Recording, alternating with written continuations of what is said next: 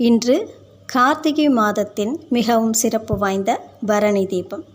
கார்த்திகை மாதம்னாலே தெய்வ வழிபாட்டிற்கு உகந்த மாதமாகும். அதிலும் திருக்கார்த்திகை தீபம் மிகவும் விசேஷம் அண்ணாமலையாருக்கு. திருக்கார்த்திகை தீபத்திற்கு முன்னால் வருவதே பரணி தீபம்.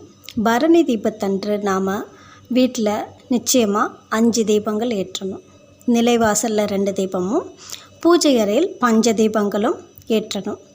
இது ஏன் நம்ம ஏற்றணும் அப்படின்னா, நமக்கு இருக்க யம பயம் முதல்ல நீங்கும்.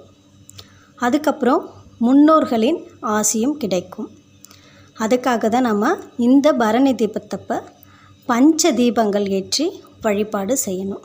அப்படி செய்தோன்னா நமக்கு இருக்க பயங்கள்லாம் போய், அதே போல் நாம் செய்த பாவங்கள், தெரியாமல் செய்த சிறு சிறு தவறுகள், இது எல்லாமே நமக்கு சரியாகுன்றதுக்காக தான்